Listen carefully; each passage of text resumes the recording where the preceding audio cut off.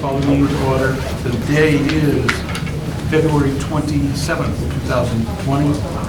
Let the record show that all members of the board are present. Also present is Town Manager Michael Units. Please rise for the Pledge of Allegiance. I pledge allegiance to the flag of the United States of America and to the republic for which it stands, one nation, under God, indivisible, with liberty and justice for all. Thank you. Okay. Under appointments and resignations, we have the appointment of Susan Biashka as part-time dispatcher in the communications department. Jack, here we go. Appointments. I hereby notify the Board of Selectmen, in accordance with the provisions of Article 4, Section 2B of the Norton Charter, that acting in my capacity as appointing authority, I have appointed the following individual as part-time dispatcher in the Communications Department: Susan Biashka. The appointment was made on February 24, 2020, in accordance with the provisions of the Norton Charter, and will be effective March 10, 2020, unless the Board of Selectmen votes to accept or reject the appointment prior to said date. I specifically request the Board's acceptance of this appointment with an effective date of February 27, 2020. Susan's a former full-time dispatcher in Norton who took a full-time job somewhere else, and she's agreed to come back on a part-time basis to fill shifts while we're in the transition to move over. Okay, great. Any questions? If not, Chair, will take a motion to approve the appointment. So moved. Second. All those in favor? Aye. Okay, Jack. Another appointment. I hereby notify the Board of Selectmen, in accordance with the provisions of Article 4, Section 2B of the Norton Charter, that, acting in my capacity as appointing authority, I have appointed the following individual as part-time dispatcher in the Communications Department: Christine Mooney. The appointment was made on February 24, 2020, in accordance with the provisions of the Norton Charter, and will be effective March 10, 2020, unless the Board of Selectmen votes to accept or reject the appointment prior to said date. I specifically request the Board's acceptance of this appointment with an effective date of February 27, 2020. And Christine is also a former full-time dispatcher in Norton who took a job somewhere else and has agreed to work part-time filling shifts until the transition to the regional. Any questions? If not, Chair, will take a motion to appoint Christine Mooney. So moved. Second. All those in favor? Aye. Okay. Licenses and permits.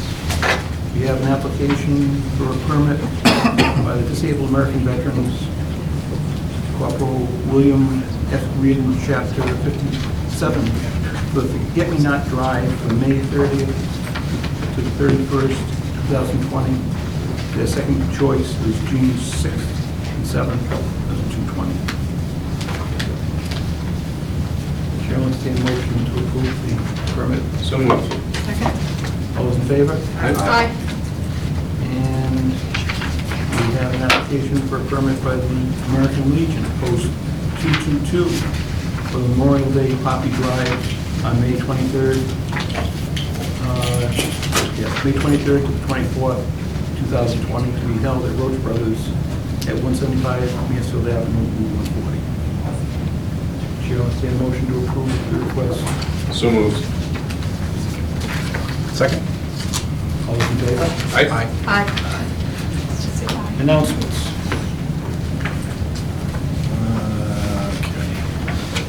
The first annual Norton Touch-A-Truck is on May 16, 2020, from 10 a.m. to 2 p.m. at the Life Church Field, 1 Taunton Avenue, has a rain date of May 23rd.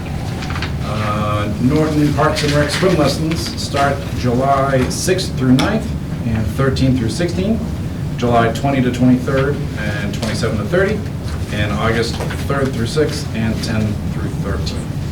For more information or to register, visit www.nortonma.org/parks-and-recreation. Norton Spring Cleanup will be held on Saturday, April 25th at 8:30 a.m. And I believe I saw somewhere that they'll be doing an after lunch at Bog Iron. May or may not be in the this pile of papers. Mary confirms it, so it must be true. We have the spring egg hunt, Saturday, March 28th, at Everett Leonard Park, 6 Parker Street. 11:45 a.m. for 2-year-olds, 11:50 for 3 and 4-year-olds, 11:55 for 5 and 6-year-olds, and 12 for 7 and 8-year-olds. There is a rain date of April 4th. Spring Fling Social, Friday, March 13th, 2020, 6 to 8 p.m. at the Norton Middle School. You have to register ahead of time. I'm sure it's on the Parks and Rec webpage. Parks and Rec is also looking for lifeguards to join the team. Certification classes will be offered at the Boys and Girls Club of Taunton. April 14th and 16th is the next session, and some additional dates in May. Contact Sharon Rice at Parks and Rec if you're interested. Pancake breakfast at Wheaton, Saturday, March 21st, 9 to 11 a.m. at the Emerson Dining Room. There's a long step, yeah, you guys. Maybe we should abbreviate it, unless it's something that's within the next week. This is double, so we're good. We're good. Okay. We're going to go to new business. We have a public hearing on the application for the transfer of a license from A&R Enterprises Incorporated, doing business as Cozy Beer and Wine, to Speedway of Massachusetts LLC, doing business as Speedway 2411, for a retail packaged goods store license to expose, keep for sale, to sell wine and malt beverages, not to be drunk on the premises. The proposed licensee will also be requesting a change of location from 411 Old Colony Road, Norton, Massachusetts 02766, to 125 West Main Street, Norton, Massachusetts 02766. And I know that the license seeker and their attorney are present. So just come up wherever you feel comfortable, and you want to. You can use the podium over there too. Use the podium if you want. If you feel more comfortable sitting at the table across from us, that's fine. All right, well, Wherever you're most comfortable. we'll yell across. Yeah.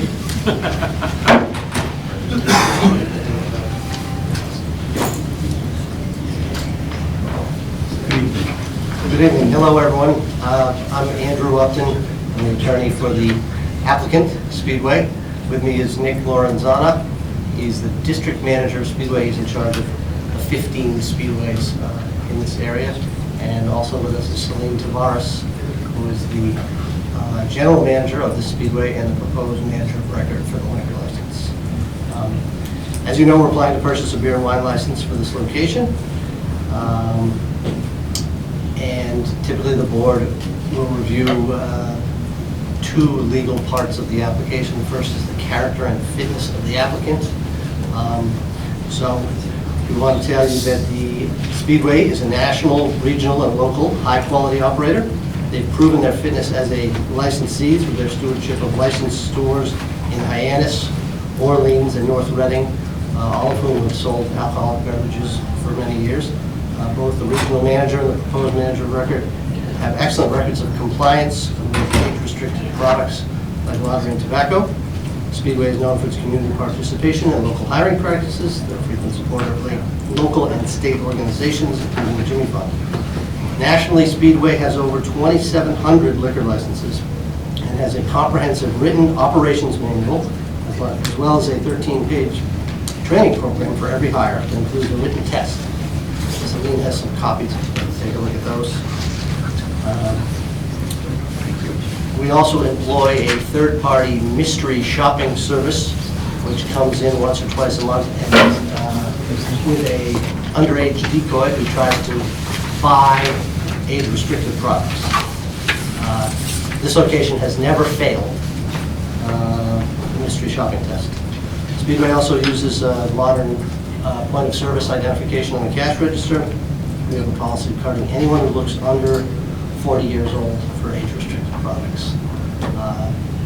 Somewhere in one of those manuals, it says that if the store fails either an internal compliance test run by us or a compliance test or gets a citation from local authorities, the GM does not get their bonus for that quarter. So it is a strict policy and it is written down. Here we've sold age-restricted products for many years with an excellent record of compliance. We understand that a license is a privilege and a responsibility, and we believe that through the compliant record of tobacco sales, this location has shown they have the character and fitness to hold a liquor license. We have security cameras and a good working relationship with our neighbors and with the police. The management team will tell you in a little more detail about the experience and operation. And I just want to briefly mention the public need for a license. We believe there's a public need for beer and wine at the Speedway. Norton has package stores, but our customers want the quick service and one-stop shopping that Speedway offers. We have a limited selection of beers and wines geared for convenient entertaining. You won't find anyone coming to Speedway for a rare Burgundy or a Belgian raspberry beer. We have a small selection of well-known beers and wines that appeal to working people who want to pick up beer or wine after work or for an afternoon barbecue. Our customers don't want to drive to wander the aisles of a big liquor store talking about what pairs well with cheese. They want to get gas, they want to get beer, and get home. This is a service option and a business model that Speedway offers conveniently, efficiently, and safely in almost 3,000 locations all over the United States. The public need is amplified by the fact that our customers and people in this area want Speedway to carry beer and wine. The employees have been hearing favorably from customers since we made our intentions known, and we've had no opposition from abutters or any neighborhood businesses. Finally, we don't believe there'll be any negative effects associated with beer and wine at Speedway. There shouldn't be any increase in noise or traffic because that Speedway is already there and already operating. It's already a destination. One extra beer truck delivery each week should provide minimal or marginal traffic. We have a well-coordinated contained truck delivery program, and one delivery should have zero effect on traffic. We won't cause rowdiness or increase appropriate behavior. We will not sell nips, pints, kegs, and if approved, Speedway will send a strong immediate signal to those who are underage, intoxicated, or at risk that their attempts to buy alcohol will be resisted and reported, much like the store does now if there's troublemakers who try to patronize. People are coming to Speedway for gas, for coffee, for donuts, and convenience store items. We don't have a vast variety that would make this store a destination. So again, I don't believe it will increase significantly. It's an amenity for our existing customers. Our beer cooler would measure the size of about 2 Coke refrigerators, probably less than 100 square feet of displayed product. Now Nick would like to say a brief word about his experience. I just want to reiterate a few points that he already brought up. First of all, we understand that it's a privilege to have the license and not a right. Take it very seriously. Once again, we have a very good track record when it comes to internal controls and compliance with tobacco. Our staff has both online training and person-to-person training to make sure that we're complying with every regulation. And yeah, I think that there's a demand based on conversations that I've had with employees, and somebody can probably attest to that as well, but the demand. And Celine is the current GM. She is experienced with age-restricted products. She has completed and passed the internal training module on alcohol. She also has, I believe, ServSafe and allergen certifications. Yes, so I'm the current GM as stated. I am on the property a minimum of 50 hours a week. Me and my team have been trained in alcohol and tobacco safety, and Speedway as a whole overall stresses the safety of our customers and how important they are to us. So we would never we would never put ourselves in a predicament where we weren't thinking of the customer first. And as we said before, we do sell already age-restricted products that are we always ask for ID. I always make sure that my staff, even if they do look over 40, just to make sure, because you just never know these days. But I do believe that my staff is able to uphold the responsibilities of having an alcohol license. And I can also tell you that every person that begins a shift signs this form every day for every shift that they start that reiterates the We ID alcohol and tobacco policy, including the fact that you have to ask what IDs are acceptable and how to deal with people who are underage and how to swipe the cards. So every person who starts every shift every day has to sign this. So just in conclusion, we know that every liquor license has a potential impact on the community. But this license for a cooler of beer and wine that offers about 100 square feet of retail space, operated by an experienced licensee with a strong compliance program and a strong reputation in a commercial area at an established business, we think would be one of the lowest possible impacts that a liquor license could have in the town. With that, we're glad to answer any questions. Thank you for listening. Being the chairman, I'd like to just mention the fact that we have a very strict adherence to the liquor license, selling underage. Police department go in, they'll send an underage person in to check to make sure people aren't abusing their license. And while we'll be fair, we will be strict and with, penalize the establishment by taking the license away for a day, a week, depending on circumstances. And I'd like to just say that before we go any further. It sounds like the organization covers and realizes the seriousness of selling underage, and I welcome that. I know we usually ask if the people will be tip certified, but it sounds like your training program might even be a step beyond what the average package store employee or liquor store employee would go through. So I feel very comfortable with what you've told me. Anyone else? No, I agree with you. Nick, do you have any stores in your purveyance that also sell liquor, or would this be the first one? This would be the first one. Do we have any other gas stations in town that have a liquor license? No, not right now. It's not a very common thing in the state. Cumberland Farms and Rehoboth has it. Yeah, what's the one that's on Mass gas. Mass Gas? Oh, Mass Gas, that's Mass right, Gas, yeah. that's Yep. Yeah, that's right. I forgot about that. So yes, I was wrong. I guess you haven't been there to get beer or wine. There's a first for everything. Or they're serving. I can't remember it. And as for asking for ID, being slightly over 40, I'd be flattered if someone would ask me for my identification. It would just be for a discount, Brad. Yeah. Thanks, Mike. Anyone else have any questions or comments?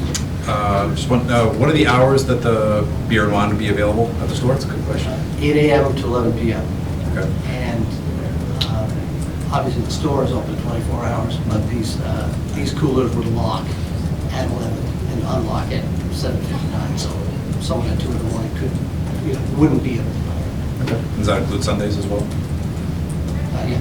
Okay. Great. So, in other words, you only plan on selling cold beer? You wouldn't have... If there's a big demand for wine, we might turn off the refrigeration in one of them and put them in there. But it would still be enclosed? Yeah, enclosed. It wouldn't be and like beer, cases of beer, like a case stacked or something like that? Like the corner, like the end cap? Yeah. end cap. No, we think that since we're open 24 hours and only allowed to serve during certain hours, we don't want to be moving them back and forth, so we most likely leave them in the coolers and lock them when we need to. Okay, no, you'd said it, that kind of surprised me. So, anyone Right. else? Do you have any questions for us? No. Is anyone in attendance? Appreciate have any- listening. Any comments or questions? Okay, seeing none, Chair will entertain a motion to approve the, let me say this correctly, the transfer of the beer and wine license from A&R Enterprises, doing business as Cozy Beer and Wine, to Speedway of Massachusetts LLC, doing business as Speedway 2411, for the retail packaged goods store license to expose, keep for sale, and to sell wines and malt beverages not to be drunk on the premises, at 125 West Main Street, Massachusetts. So moved. Okay, this is a roll call vote. Yes. Yes. Yes. Yes. I also vote yes. So, Thank you very much. Thank you. Thank you, guys. Good luck. Best of luck. I'm sorry we're a little bit late, but better late than never, right?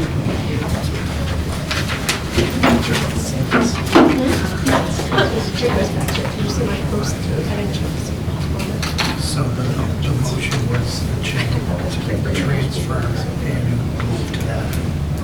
To 125.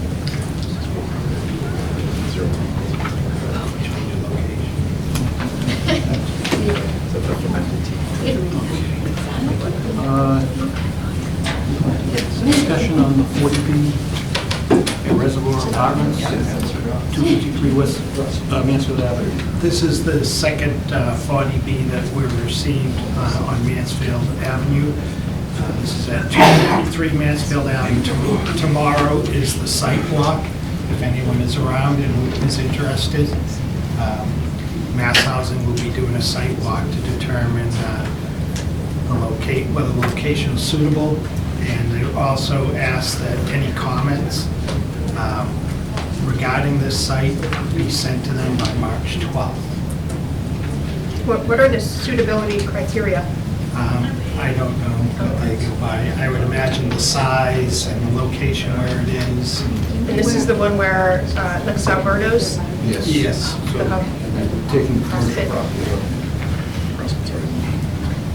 Right. Mike, will you be What- there? Yes. And what time? It's 11 a.m. Still 11. It says 11 in there. Mike, can you see if they have a list of, like a checklist of what makes something suitable? Just, I think that would help us, just to know.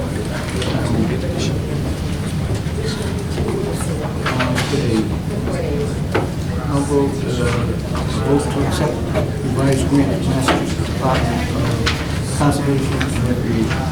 Yeah, originally, you voted to accept this grant. At the time, it was for $1,963, and the amount is increased to $2,275. So the town accountant requested that you re-vote to the new amount, $2,275. 2,000. Okay. Chair will entertain a motion to accept the grant in the amount of $2,275. So moved. All those in favor? Aye. Hi. Thank you much, Mr. Payne. And while we're running late, discussion on the grant writing position. I provided you with a list. I did a email to a lot of towns, and the towns that responded on the grant writers, the vast majority do not have a grant writer position in their towns. There was one that has a part-time $25,000 a year position, and there's another one that has $25 per hour with a letter of understanding that she's not a town employee. And Norwell said that they hire consultants as needed at $75 per hour. Most of them said their department heads write the grants. Have any comments? I do. I think with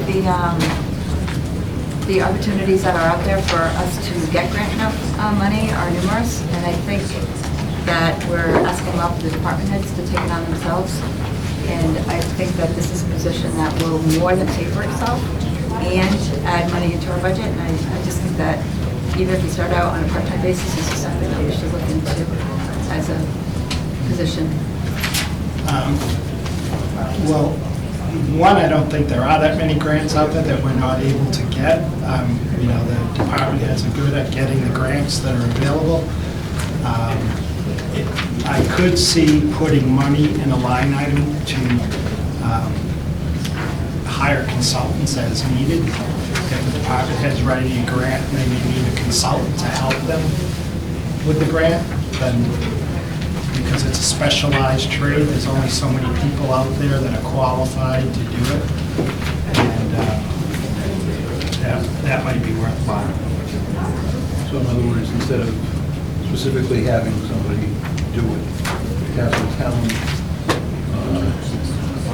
Well, I guess my question would be, are the grants, are there really not that many grants out there, or we just don't have the time to go after them? There are not that many grants out there. For rec, for school, for police, for town hall, for... Conservation, parks. Well, the police grants and fire grants, I mean, they get them every year. It's like they get $5,000 grants for, you know, when something, a lot of times things will come out, like now I'm sure the state will come out with one for enforcing cell phone, you know, not driving while on your cell phone, and they'll have grants available of $5,000, and the chief will apply and will receive it. And then, like we've shown with Elm Street, we work with the building inspector and the planning director and the health agent and apply for any grants that are out there. We applied for 3 or 4 and received 1. And then when Water and Sewer was looking for a Mass Works grant for the sewer project, they had their engineers do that for them. I think And that's, they didn't get it.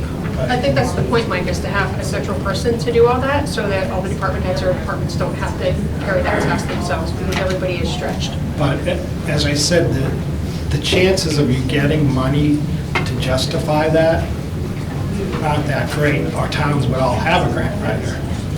So you're gonna hire someone, you're gonna give them benefits, you're gonna pay them vacation time, where you could just put 25 or 30,000 in a line item and hire a company who specializes in grant writing when you need it, like the Housing Authority did with their recent work. They hired a grant writer from the Cape who specializes in that type of a grant. So you find the person that specializes, you know, that's the way, unfortunately, the government works. You know, CDBG is used to, there's like 3 people that write grants that are successful with CDBG. And they just look and they see a grant from that person, it obviously gets a leg up from other people. So I don't know, I mean, I thought we discussed this last time. So you're saying like $25,000 for consultant? To hire a consultant Right. as needed. So what I would say is that, I mean, this one here has a part-time person for $25,000, and I think let's just get the line item in for $25,000, and we can come back and decide if it's going to be a consultant or a position. that way the money's there. Right. And, And then we can do some more research yeah, and and have a conversation on that. And Mike, if you can then get us, you know, if we have a part-time person at 20 hours a week, what extra benefits, pay, things like that, compensation, so we can see what the total cost would be. Sound good? Well, I can tell you off the top of my head, if you had a 20-hour-a-week person yeah, you don't want. and they got on the family plan, it would be $21,000 a year. Yeah, you have to keep it at 16%. 18. I don't know, Yeah, is you got- that the policy for all part-time? Anyone in the State. Commonwealth that works 20 hours or more. Well, we didn't define, did I say 20 hours? Yeah. Oh, you know why I said 20 hours? It's because I did this based on 20 hours, she said part-time. But that's not necessarily saying that we do 20 hours. So I think, let's just get the money in there, and It's then we something can come back. We can look at the particulars later. Yeah, I mean, Jack and I, just on our first day, we heard from 2 different people about, you know, having assistance in writing grants, and Paul said it multiple times, so I think we need to evaluate it and make sure we're doing what we can to support the groups, and make money for the town. It's not me. Yeah, it frees people up to focus on core competencies to drive things forward. What's that, Jack? When you have a dedicated person to write the grants, it allows the staff that you do have to focus on their core competencies and not writing grants on the side. Renee said it, everyone is stretched. We don't have an abundance of resources in town, so we can supplement with a specialist. I think that makes sense. Okay, so we'll get some additional information and speak about this again. I think we said we would put $25,000 in the budget and then to talk later about what, Right. whether How that's we use it. consultant or position. Right. I didn't say it as eligible. Just making sure there's no ambiguity. It's in the back of my head, it just doesn't get out of my head. No problem. Okay. Does anyone else have anything? I have one item, if I can ask quickly. I know everybody's standing waiting for us. Just a follow-up from an IDC meeting in respect to the marijuana bylaw. So one of the things, and Mike, thank you for getting me in touch with town council. One of the things that I had talked to her about was in respect to multiple interested parties who would want to establish a retail store in town.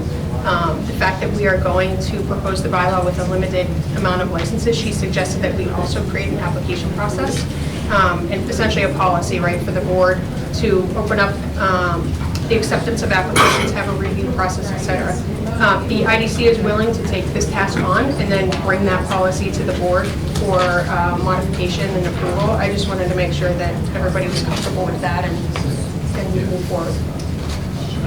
I don't think we need a formal vote. Okay. I mean, the more information you can give us. And less more- work? No, the more work you can do for us. Oh, right. But I want to make sure I got that totally clear, just like that. And Just one thing on the town manager. Chris, the building commissioner, Chris Carmichael is here just to give you an update on what they've been doing on the town hall. good evening. Evening, Chris. So we had 14 mandates of motion, and so I'll go through them one by one. We had the obstructed exit in the selectmen's meeting room in the basement. The basement has had 2 rounds of cleanup with more to be done. Egress illumination in the basement, we're receiving an estimate for Archer for about $10,000 to do all the illumination, the exit signs, direction of travel, exit sign illumination.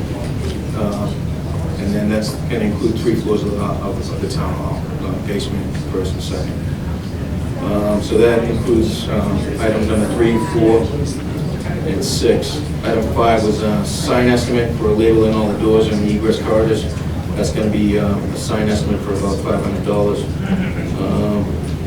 There was a deadbolt on the gym door that has been removed by the fire department. The fire department has also completed emergency exits, action plan, and fire prevention plan. The ramp tripping hazards, item number 10. Gene Hardy Flooring is given an estimate of $24,7875 to complete that. Fire extinguishers inspected monthly is being scheduled with town hall employees. Sprinkler inspection has been done and completed by Rustic at a cost of $350. The live wires in the basement were again addressed by Archer Electric. That has been completed. The combustible material in the stairwell has been removed. As for the 5 recommendations at the end, use and occupancy of the selectmen's meeting room is we're still waiting for an estimate to move the stairwell. As you know, that's complicated because you have CMU and structural steel above it. The widening of the stage, it's a complicated estimate, so I'm still waiting for that to come in. The storage in the basement, we have scan estimates, just my department alone, of all the material would cost about $25,000 per department to do.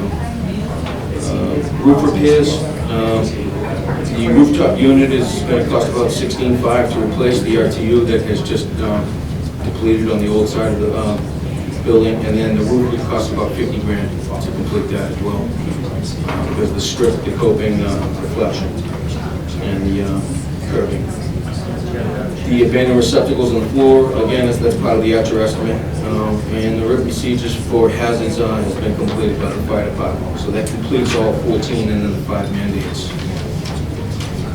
So I'm still awaiting final numbers, so once I complete them, I'll submit it all to you. Any questions on? Yeah, Chris, Yep. the handicap lift that services the selectmen's meeting. The handicap ramps leading into those areas? No, you know the electric. Yeah, that's going to cost about $6,000 to complete. But it will work. I wasn't sure if it still worked. I think Mr. Zahner was working on that. He said that he received an estimate of about $6,000 to replace it. I was going to say, if it didn't work, it might be worth taking out and putting a stairwell there.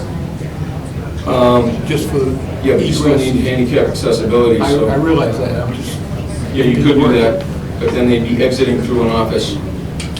which, in the case of a fire, is better than It would be better than what's there, I would agree, Mr. Bramwell, absolutely. Yeah, the lift does work. The state doesn't want to use because it doesn't shut off when the door, when the door opens. Okay. That was their issue with it. Okay. Is it supposed to shut off when the door opens? Yes. Or is it just old and it doesn't? It's supposed to shut off. It's supposed to. That has to be fixed. 6th grade and fix that?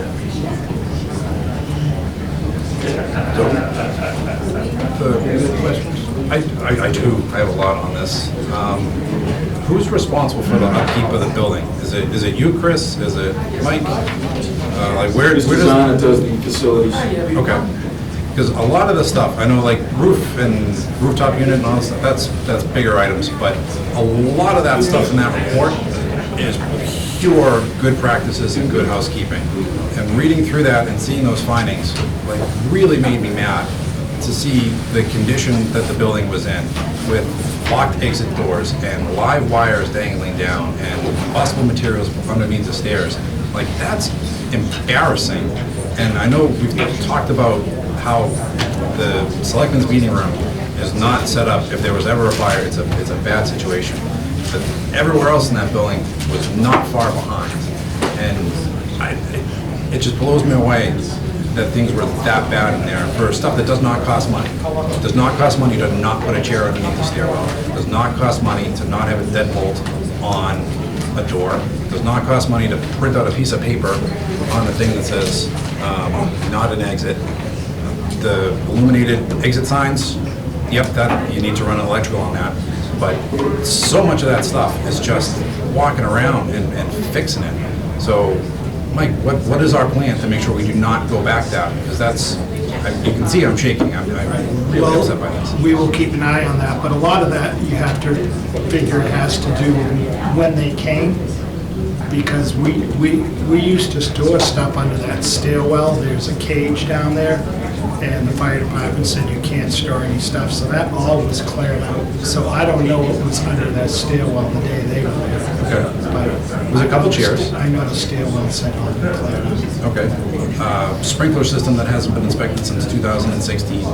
Fire extinguishers that we're not doing the monthly checks for I don't know how long. The annual ones were being done, but they're still supposed to get checked on a monthly basis.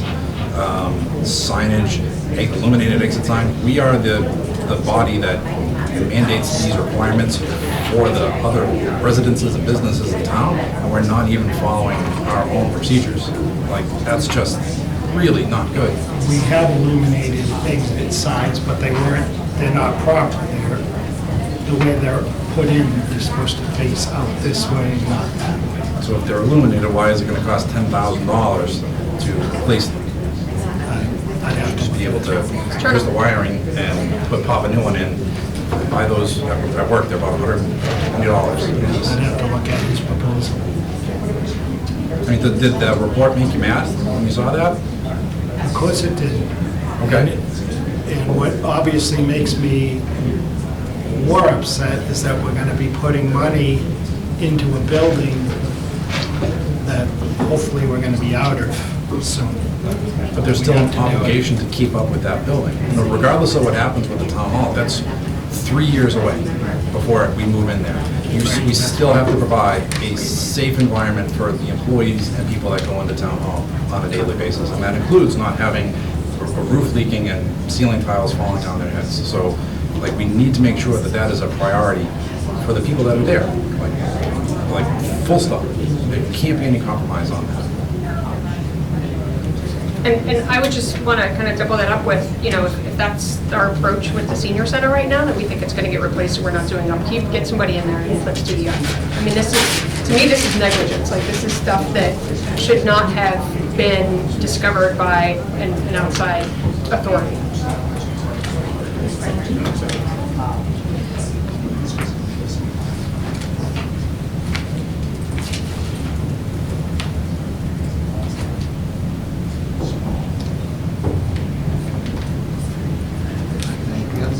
I was just waiting for Mike to respond to that. to respond to Renee's question. I don't think there was any need to respond. Renee just made a comment. In respect to the senior center, Oh, making sure that that's not being Oh, yeah. neglected as well. yeah. So can we have I know we have a meeting next week, I don't know if that gives Chris enough time to go there and do an inspection, but can we get an update the next meeting if possible? We talked about resources. I mean, Chris, with the COVID-19 issue that's out there, having him do double duty for facility manager and health director seems to be splitting of resources that shouldn't really be split. So, I don't know, we're talking about a grant writer, but, you know, at what point does having a facilities maintenance person on staff to help maintain the town buildings, to do some of these smaller jobs, share it with the schools if they have staff, or we can find somebody, there needs to be a better way to do this. Because Chris is gonna have a really rough year coming forward with the health situation.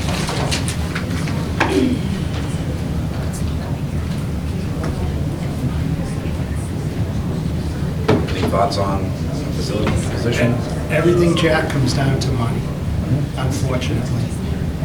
You know, we need, it would be great if we could afford to have a facilities. It would be great if the schools in the town could hire the best facilities department out there and not have to bring in plumbers or electricians, that we'd have people to do it on our own. But unfortunately, we can't afford that. Top priority is we need an HR director, but we haven't had the money to do that, nor do we have the space to put that person. We need a GIS director. We don't have the money, we don't have the space to put that person. You know, there's a lot of needs we have that all comes down to every year trying to find money to fund what we can. If I could add to that. So when I came in 23 months ago, most of the assembly spaces within the town, churches, restaurants, were lacking, extremely lacking, even more so than the town hall. So it's been an ongoing process to bring it up to state codes. So my department was flagged by 3 different state agencies for non-compliance. So we have turned the wheel on the bus. We are heading in the right direction, but 30 years of negligence is not going to be, redone in 23 months. So we are heading in the right direction. We're getting support from the town manager to hire a part-time inspector, and we are bringing up to state compliance. So these problems don't get corrected overnight. So just so you're aware, it's town-wide. Understood, but we should be the leader in turning that ship. Completely agree, and I've been stating that for a couple of years, that it's very difficult for me to enforce the provisions of the code when I have to go back to that building. And I've been stating that for a couple of years now. So we should then, I would expect then that, you were providing Mike with reports to say, these are things that we need to do some upkeep on, right? We're lacking on multifamily inspections, we're lacking on assembly inspections. You go into most of the restaurants in the town when I arrived, it had an occupant load of 99, because when it went to 100, you needed sprinklers. So that's how everything was dealt with in the past. It's not being dealt with that way now. So we are moving forward in the right direction. I will assure you of that. So can we talk a little bit about the selectmen's meeting room, just real quick? We're holding up other people's Yeah, meetings. no, I understand. Can we just, the date was tomorrow, right? Was it 28th for us to respond back? Correct, to ask for an extension. Yeah, so do we have the selectmen's meeting room, or do we not? We do not have the information to, the month, that's going to correct. I'm still waiting for that estimate. Okay, so are we shutting it down from being used? That is a decision I think that we're all going to have to make, this board included. I would move to move that meeting elsewhere and make it an office or another use. It should not be used as an assembly area, because it has a single undersized egress with a pinching point, not unlike the station nightclub that had a pinch point at the front.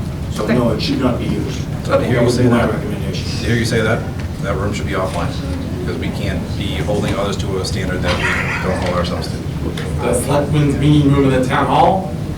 As a meeting assembly area, and then, let's look at it to move some people and use it as office space if we're permitted to do so. I think That that's would be fine. acceptable to use it as office space, but not an assembly area. Okay. That would help for space for an HR director. Do we need to vote on that? I would How do we get- appreciate a vote because there's a conflict of interest because you're my governing body, and then, so I would appreciate the Board of Selectmen vote on that as well. Let me ask this before we do a vote. Would it help if Chris submitted something to us in writing with like the top 5 bullet points on why that room should not be used as an assembly area? And then we try to move our meeting for next week somewhere else and we can vote on it. Sure. Thank you. Does that work? That sounds good. Okay. Okay. I don't want to, I'm not trying to, No, I understand, but I know the date that was there, so I don't want us I to know. keep using the room, and I know meetings are in there. And Mike, can you coordinate, your team coordinate notifying people and moving meetings as necessary? Thank you. If I may, the remainder of our agenda is not something that we have to take care of tonight. So I'd like to adjourn this meeting so that we can continue our meeting with the school committee and the finance committee that's already before. So moved. To adjourn. Okay. All those in favor? Aye. Hey, Chris.